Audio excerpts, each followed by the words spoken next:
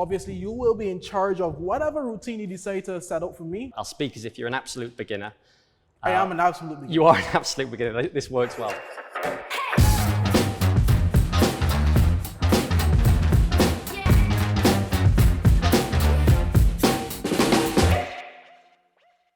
Welcome to another episode of Health is Wealth. I'm your host, Kamal Haynes. And if you haven't guessed this yet, based off this instrument in my hand, we're doing the discipline of squash in today's episode. Well, I'm presently at the Tortola Sports Club in the Virgin Islands.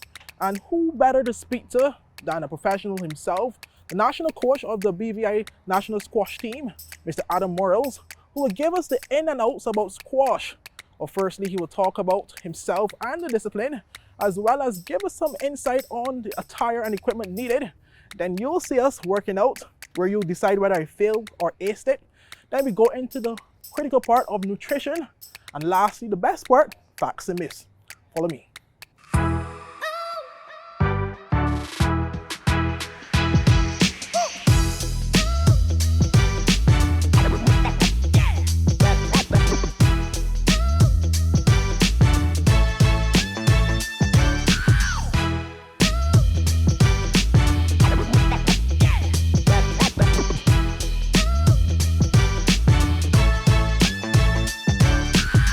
Welcome back, everyone. I'm here with Mr. Adam Morales. He's the head coach of the BVI national squash team. Obviously, he will be here to show us a little bit about squash, the discipline about squash, and obviously how it relates to health and obviously staying fit while being in the British Virgin Islands. Welcome, Mr. Morales. Thank you very much. Thank you very much for having me. Well, thank you very much for joining us. Well, we will basically jump into the first segment of getting to know the individual and the discipline of squash. So for those who may be wondering of who's Adam, just tell us a little bit about yourself. My name's Adam. I'm the BVI national squash coach based here at Tortola Sports Club. I moved out here 4 years ago after spending 10 years on the professional world tour. I used to be based in Manchester. I lived my whole life there, and then in 2018 received the opportunity and the offer to move out to the gorgeous BVI to be the squash coach. And it took me all of 5 seconds to decide that I was going to make that jump and come out here. And yeah, I've been enjoying it ever since. Great. And obviously you did mention that you have been ranked in the 70s in terms of internationally. That's a huge accomplishment. It means you're world renowned in terms of the discipline of squash. So speak about, since you came here in the BVI, speak about how you have seen squash develop over that period of time, firstly, and then we'll go from there. Awesome. Well, yeah, thank you very much. And when I was on tour, I got to know there's one professional player based here in the BVI, so Joe Chapman. He, similar to me, was ranked just inside the top 100 in the world, and we gravitated towards similar events just because we were a similar ranking. So we met at various events all around the world, got to know each other. I also came out here to play in the BVI National or the BVI Squash Open. And he invited me out here to train over a couple of summers to have another professional with him, because it can be hard for all the professional athletes out here in the BVI being so isolated. So I came out here. So we already had Joe as a world-renowned squash player. So it's been great taking him to the Commonwealth Games, but it's been really fun trying to get everyone else up to that level as well, and trying to bridge the gap between Joe and the rest, and also trying to start at the grassroots level and trying to get as many juniors playing the game as possible.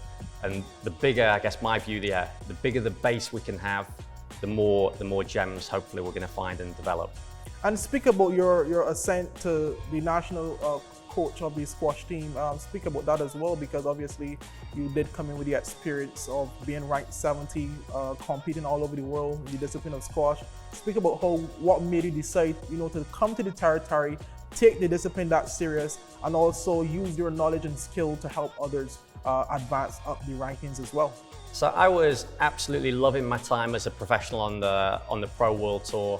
Squash is 100% my passion, and I was supplementing my professional career with coaching. So right from the age of 18, when I was out of school, I was taking my coaching courses, and I really enjoyed helping out at my local club, Bowden, and then further afield in Manchester.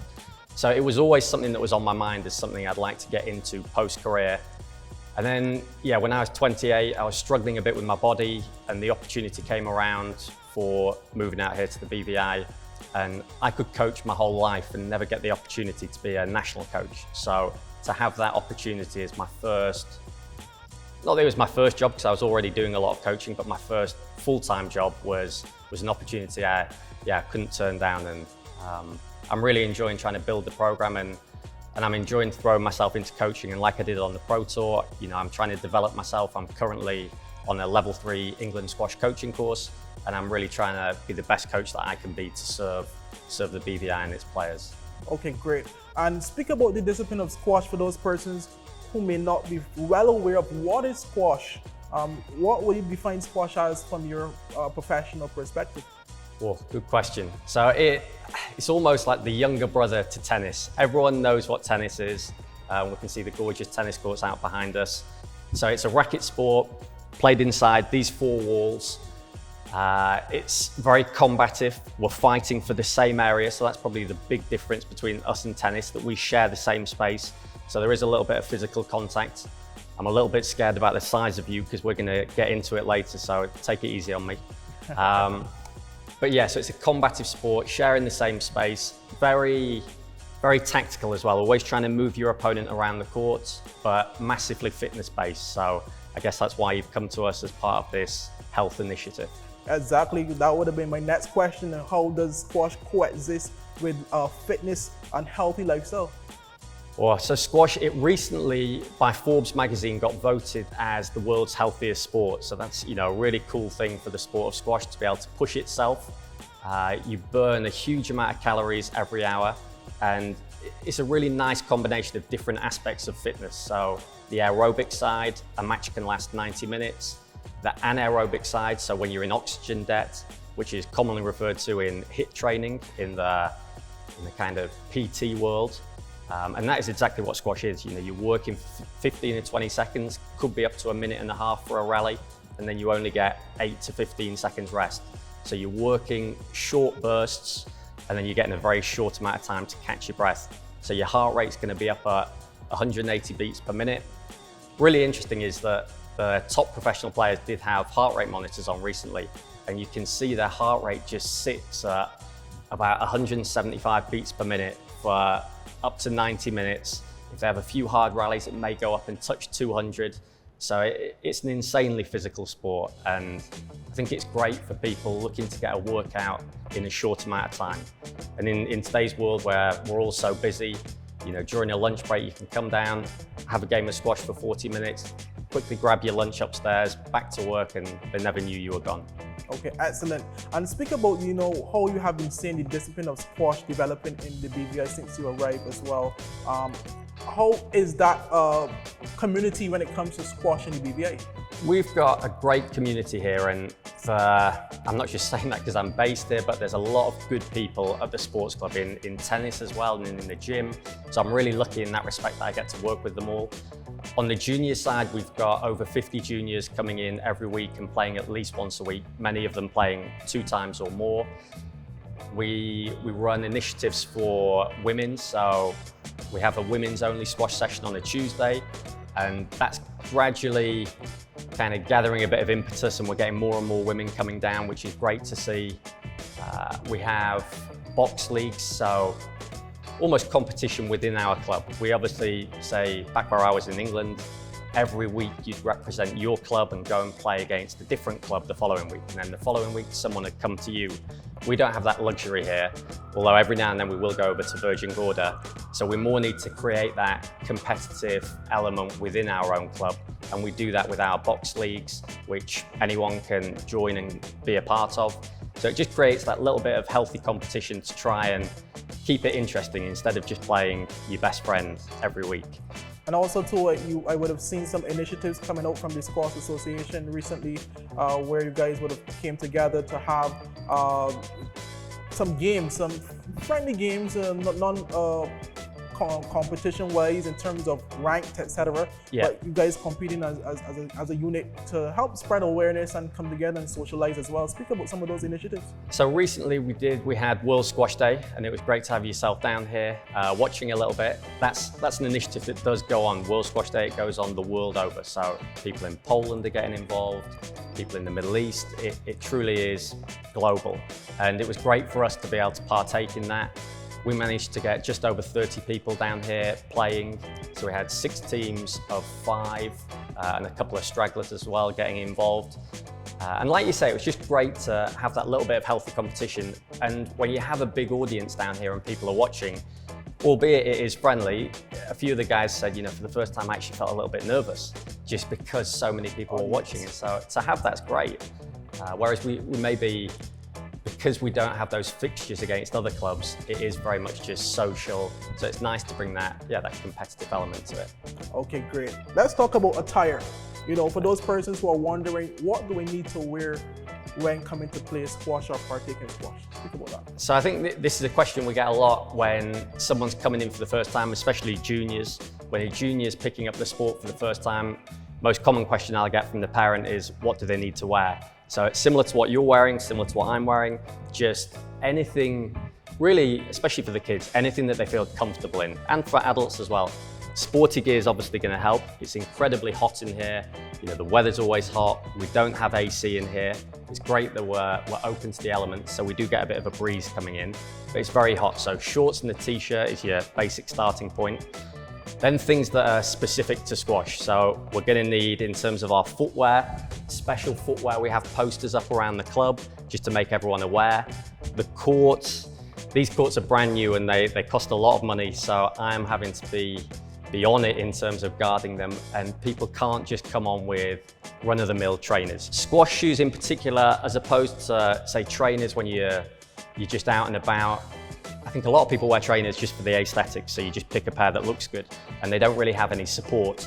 The squash shoe is going to have a bit more support around the ankle because there's lots of fast changes of direction, so you need that stability. And then most importantly, as we've spoke about, the bottom. So I've had these for 6 months now. I've been wearing them and they're pretty much pristine. You know, they look like they've just come out of the packet. When I come to squash, I'll come down in my normal trainers, and as soon as I get into the squash courts, I'll change into these. The purpose of them, first and foremost, is to not mark the courts, but equally they've got this rubber on them which is very grippy. So again, with those fast movements, it just means, and you're going to find this out later, when you're flying at 100 miles an hour, you need to be able to trust that your shoes are going to stop you. So coming in here with worn shoes isn't quite going to cut it. So I'm safe in these? You're safe. Okay, great. We hope. The rackets are generally around between 120 and 150 grams, so very light compared to other sports, maybe like tennis. So it's much more maneuverable in your hand. The ball is a smaller ball. I guess we can maybe go into a bit more depth with that later. So everything's a little bit lighter, and it makes it a very fast game. It makes it very fast, very dynamic. You don't necessarily need to be coming in here as a bodybuilder needing to be able to, hold a heavy racket. It's a light racket, so the sport is truly open to everyone, and anyone can come in and give it a go. One other thing is the goggles. So we do have in squash, kind of similar to, I guess, just a nice pair of. There's probably no way of describing them well. Almost like at a shooting range, if you wore those goggles, similar to that. Yes. So we have those because the ball is a size similar to that, whereby it can fit into your eye socket. And it travels extremely quickly. Yeah, it can travel up to 170 miles an hour. So especially for the juniors worldwide, and we have the rule here, if a junior is on the court, they must be wearing their goggles. Or a novice. Yeah, or a novice. So, like myself. Yeah, it may be me that needs to wear the goggles when playing with you. Your eyes aren't something you want to mess around with. First to 11, here we go. So I'm serving first? So you're going to go first.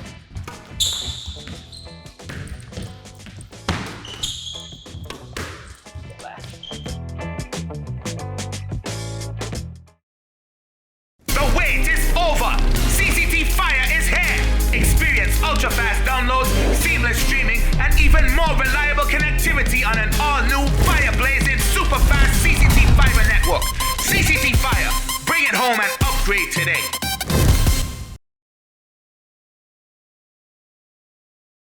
We'll have a little chat first of all just about the rules. And so for all the viewers out there, I'm sure there are going to be a few who don't exactly know how to play squash, so we'll run through that. And then we'll get into doing a few drills. I'll put you through a few drills, put you through your paces, hopefully teach you a little bit about how to hold the racket, the movements, the different movements involved in squash, how to move correctly, and then we'll finish with the game.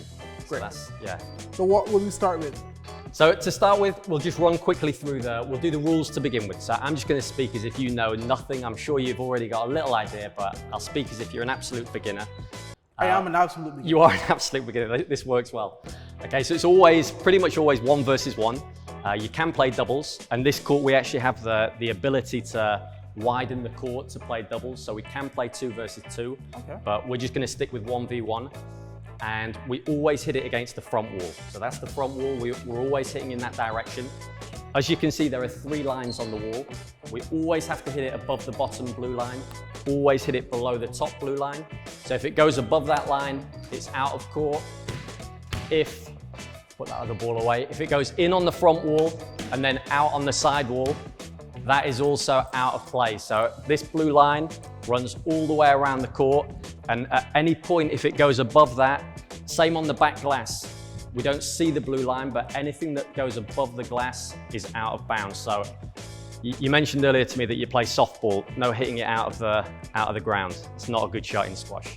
Okay, so we're always hitting this way. It's always alternate shots, just like tennis. It can only allow to bounce once. So as soon as the ball bounces twice, you lose the point. So I'm always going to be trying to hit it away from you. So if I've got you stuck there, I'll hit to the front corner and try and make that ball bounce twice before you can get it. And if it bounces twice before you get there, then I win the point. If you'd like to, I said initially it can't bounce twice. It normally bounces once. If you want to though, you can volley it. That is allowed, and that's a good shot just to try and take time away from your opponent. In terms of the serve, so every rally starts with a serve.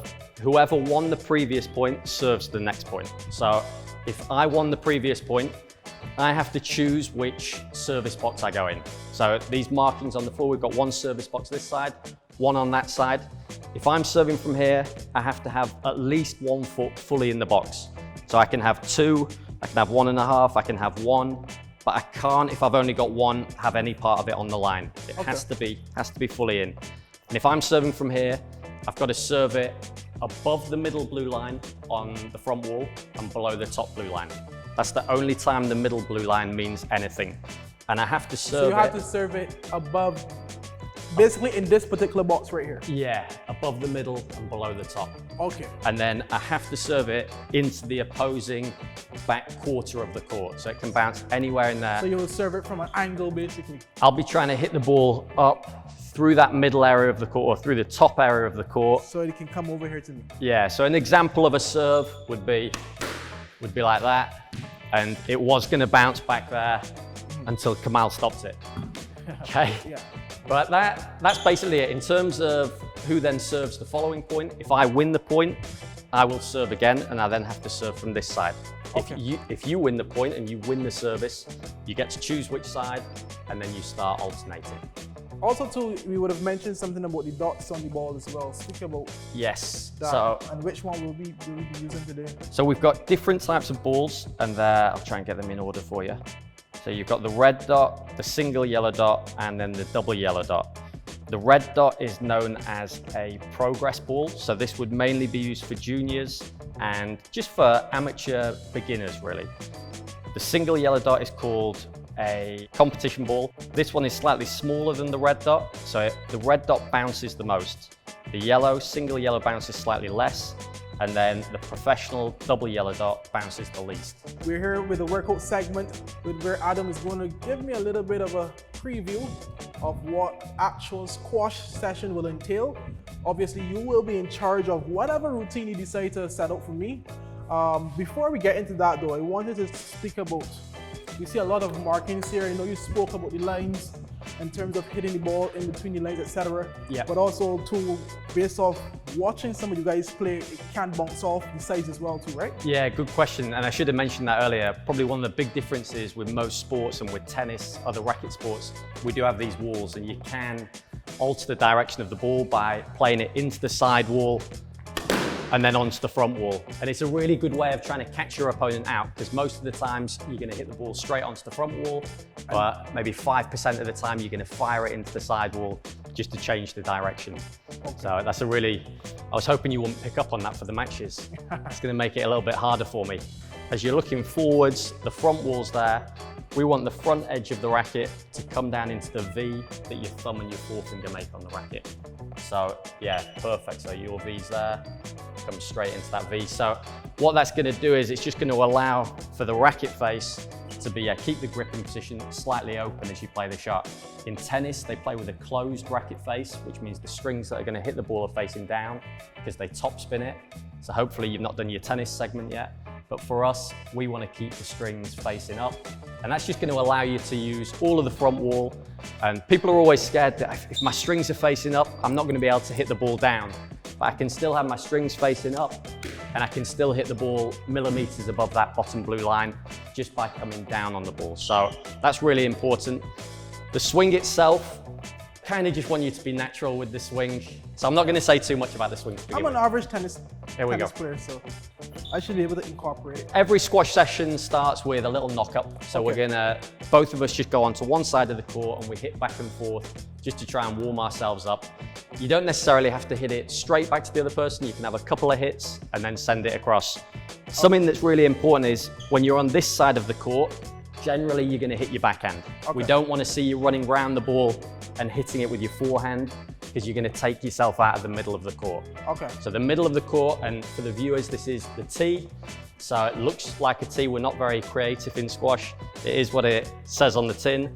You always want to be stood there. After every single shot in squash, you want to come to the middle of the court, and then you're going to be close to all areas of the court. So a typical movement would be to the front, play the shot, and then back to the tee, ready for the next one. First to 11. Here we go. So I'm serving first? So you're going to go first. So, and in terms of just for the viewers, so they know, when you're trying to figure out who serves, you'd normally have someone on the bottom of your racket, so 305 up or down. I'd say up or down, and you choose. Which one are you going for? Up. Let me have a look. So it's down. But I'm going to let you serve anyway. So as we said, 1 foot has to be fully in the box. I'd go with your right leg. I prefer, So you starting all right? Yeah. Good, and then we can hit it anywhere now. So that's a great shot. So for the viewers, if you hit this join, the ball doesn't bounce, and that's perfect. So you won the first point, so you're on the other side. So you serve now? You serve, so winner serves. And on this side, I'd recommend swapping your legs around. So still facing me, perfect. One love. Nice, on the tee. Good.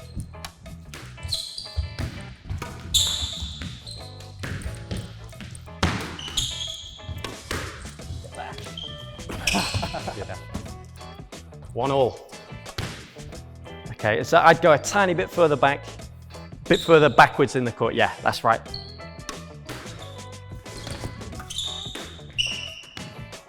Forwards.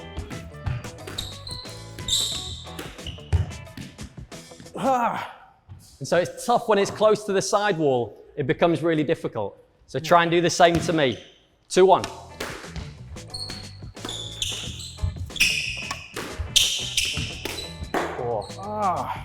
One thing I should have mentioned earlier, if it hits the lines, it's out. So unlike tennis where you hit the line, it's a good shot. If you hit the lines in squash, you lose the point. Okay, 3-1. Bit further back in the court. That's it. Good.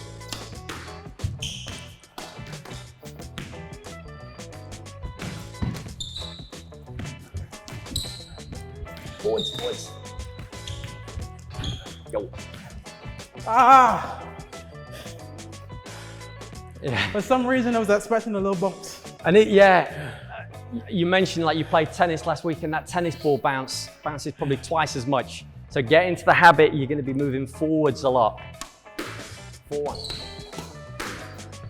Forwards. Good. Nice.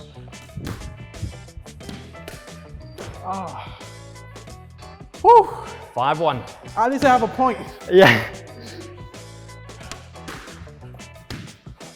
Ah. And again, let's do that again. You weren't ready. 5-1. Forwards. Good. Oh, good shot. Well done. 2-5. And again, yeah, so make sure it goes past the line. I forgot what Good, on the tee.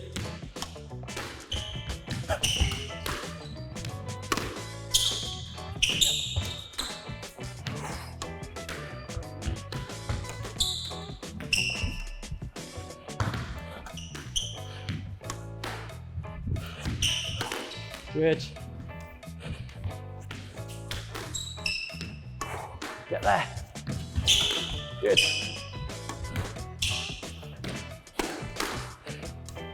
Keep going. Oh, good shot. That's a great shot. Ah. I think he's hoping we could take a timeout, but unfortunately we don't have those things in squash. So you're from left side. How much is the score? What was it? 3-5. Woo, only 3-5. Ah, very good.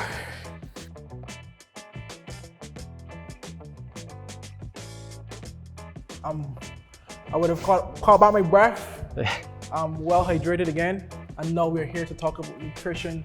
And it's actually vital to speak about nutrition, especially after intense workout as such as we would have seen in squash. So Adam, speak about nutrition and how it correlates with squash, as well as obviously staying fit and staying healthy while playing the sport of squash. Yeah, definitely, hugely important. And I was on a webinar just recently as part of this level 3 coaching course I mentioned earlier. And one of the things that the English Institute of Sport, they try and push is that you get everything from food. So they try and make, you know, there are a lot of supplements out there these days, which you can get your protein shakes, you can, take vitamins, things like that. They're trying to get as much as they can from the actual source of food. So, from the ground, try and keep everything as organic as possible.